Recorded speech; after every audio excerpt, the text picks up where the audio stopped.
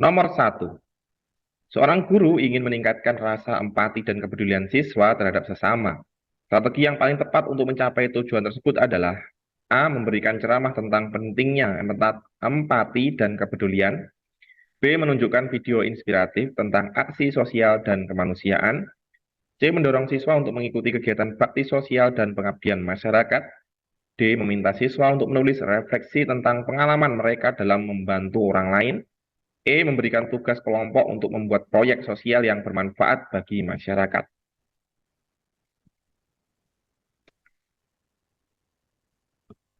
Jawaban yang paling tepat untuk meningkatkan rasa empati dan kepedulian siswa terhadap sesama adalah C. Mendorong siswa untuk mengikuti kegiatan bakti sosial dan pengabdian masyarakat. Alasannya, satu, pengalaman langsung. Mengikuti kegiatan bakti sosial dan pengabdian masyarakat memberikan pengalaman langsung kepada siswa untuk merasakan dan memahami kebutuhan orang lain. Dua, interaksi sosial. Kegiatan ini memungkinkan siswa untuk berinteraksi dengan orang-orang dari berbagai latar belakang dan membangun rasa kepedulian terhadap mereka. Tiga, penerapan nilai. Memberikan kesempatan kepada siswa untuk mempraktikkan nilai-nilai empati dan kepedulian dalam tindakan nyata. Penting untuk memilih kegiatan bakti sosial dan pengabdian masyarakat yang sesuai dengan usia dan kemampuan siswa.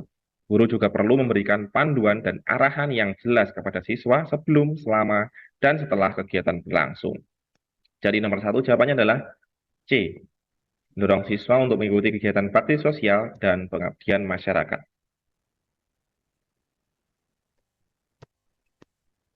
Nomor 2, tantangan utama dalam membangun komunikasi yang efektif antara guru dan orang tua adalah A. Kurangnya waktu dan kesibukan orang tua. B. Perbedaan latar belakang budaya, sosial ekonomi antara guru dan orang tua. C. Kurangnya pemahaman orang tua tentang peran mereka dalam mendukung pendidikan anak.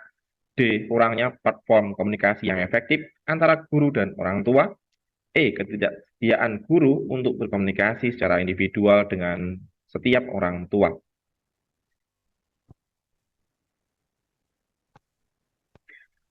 Tantangan utama dalam membangun komunikasi yang efektif antara guru dan orang tua adalah D. Kurangnya platform komunikasi yang efektif antara guru dan orang tua. Alasannya apa? Platform komunikasi yang efektif memungkinkan guru dan orang tua untuk bertukar informasi tentang kemajuan belajar dan perkembangan anak, membangun hubungan yang positif dan saling mendukung, bekerjasama untuk mengatasi masalah dan membantu anak mencapai potensi terbaiknya. Penting untuk memilih platform komunikasi yang sesuai dengan kebutuhan dan preferensi guru dan orang tua. Guru dan orang tua perlu belajar bagaimana menggunakan platform ini secara efektif dan membangun komunikasi yang positif dan produktif. Biasanya yang paling populer adalah WA ya. WA grup orang tua, wali murid, kemudian ada yang Japri. Jadi nomor 2 jawabannya adalah D. Kurangnya platform komunikasi yang efektif tentang guru antara guru dan orang tua.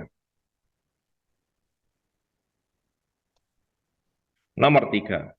Seorang guru ingin menciptakan suasana kelas yang inklusif dan ramah bagi semua siswa. Langkah awal yang tepat untuk dilakukan adalah A. Menetapkan aturan kelas yang jelas dan konsisten. B. Mempelajari kebutuhan pelajar dan latar belakang siswa. C. Memberikan kesempatan yang sama kepada semua siswa untuk berpartisipasi dalam pembelajaran. D. Menciptakan budaya kelas yang menghargai perbedaan dan keragaman. E. Memberikan penghargaan atas usaha dan prestasi belajar semua siswa.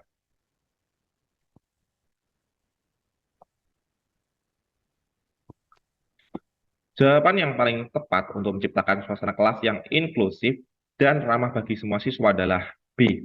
Mempelajari kebutuhan belajar dan latar belakang setiap siswa. Alasannya, memahami kebutuhan belajar dan latar belakang siswa membantu guru untuk menyesuaikan pembelajaran dengan kebutuhan individu siswa. Membangun hubungan yang positif dengan siswa. Menciptakan lingkungan belajar yang aman dan suportif bagi semua siswa. Langkah-langkah selanjutnya yaitu satu, menetapkan aturan kelas yang jelas dan konsisten. Penting untuk menciptakan struktur dan disiplin, tetapi aturan harus adil dan fleksibel untuk mengakomodasi kebutuhan individu. Dua, memberikan kesempatan yang sama, memberikan kesempatan kepada semua siswa untuk berpartisipasi dalam pembelajaran, termasuk siswa dengan kebutuhan khusus. Tiga, menciptakan budaya kelas yang menghargai perbedaan, mendorong siswa untuk saling menghormati dan menghargai perbedaan budaya, etnis, agama, dan kemampuan. 4. Memberikan penghargaan atas usaha dan prestasi. Memberikan motivasi kepada semua siswa untuk belajar dan berkembang. Tidak hanya fokus pada hasil akhir. Nah, jadi jawabannya adalah B untuk nomor 3. Yaitu mempelajari kebutuhan belajar dan latar belakang setiap siswa.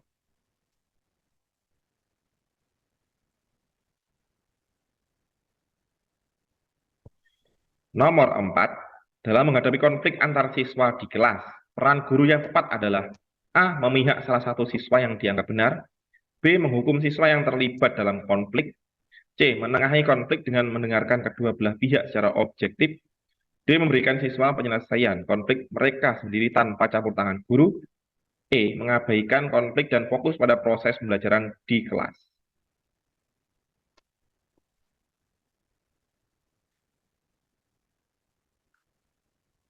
Dalam menghadapi konflik antar siswa di kelas, peran guru yang tepat adalah C. Menengahi konflik dengan mendengarkan kedua belah pihak secara objektif. Alasannya, guru sebagai mediator yang netral dan objektif dapat membantu siswa untuk mengekspresikan perasaan dan sudut pandang mereka dengan aman, memahami perasaan dan sudut pandang satu sama lain, menemukan solusi yang dapat diterima oleh kedua belah pihak. Langkah-langkah dalam menghadapi konflik atau menengahi konflik. 1. Pisahkan siswa yang terlibat. Kemudian dengarkan cerita dari kedua pihak secara terpisah. Bantu siswa untuk mengidentifikasi masalah dan perasaan mereka. Bantu siswa untuk mencari solusi dan berkompromi. Pantau situasi dan berikan dukungan kepada siswa. Ini adalah langkah-langkah untuk menengahi atau untuk menyelesaikan masalah konflik internal di kelas. Jadi jawaban nomor 4 adalah C.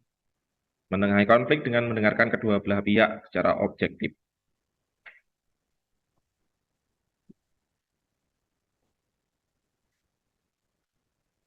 Nomor 5. Seorang guru ingin meningkatkan kualitas pembelajarannya di kelas. Langkah awal yang tepat untuk dilakukan adalah A. Mengikuti pelatihan dan seminar tentang metode pembelajaran terbaru. B. Menyusun rencana pembelajaran yang sesuai dengan kebutuhan belajar siswa. C. Memilih media pembelajaran yang menarik dan interaktif. D. Menciptakan lingkungan belajar yang kondusif dan aman bagi semua siswa. E. Membangun hubungan yang positif dan saling menghormati dengan siswa. Jawaban yang tepat untuk meningkatkan kualitas pembelajaran di kelas adalah B. Menyusun rencana pembelajaran yang sesuai dengan kebutuhan belajar siswa. Alasannya, rencana pembelajaran yang baik akan membantu guru untuk 1. Menentukan tujuan pembelajaran yang jelas. 2. Memilih materi pembelajaran yang relevan dan sesuai dengan kurikulum. 3. Menyusun kegiatan belajar yang menarik dan efektif. 4. Menilai kemajuan belajar siswa secara sistematis. Sedangkan langkah-langkah dalam menyusun rencana pembelajaran, ya ini sudah kita pelajari ya, menganalisis kebutuhan belajar siswa, ya, memahami gaya belajar, dan sebagainya. Menentukan tujuan pembelajaran, merumuskan tujuan yang jelas dan terukur, memilih materi pembelajaran, memilih materi yang relevan sesuai dengan kurikulum dan kebutuhan siswa, menyusun kegiatan belajar, merancang kegiatan yang menarik, efektif, dan mengakomodasi gaya belajar siswa, menilai kemajuan belajar siswa, mengembangkan sistem penilaian yang sesuai dengan tujuan pembelajaran. Nah, itu tadi adalah langkah-langkah dalam menyusun rencana pembelajaran. Dan nomor 5, dengan pembahasan ini, maka jawaban yang paling tepat adalah B. Menyusun rencana pembelajaran yang sesuai dengan kebutuhan belajar siswa dengan langkah-langkah yang seperti dikatakan tadi.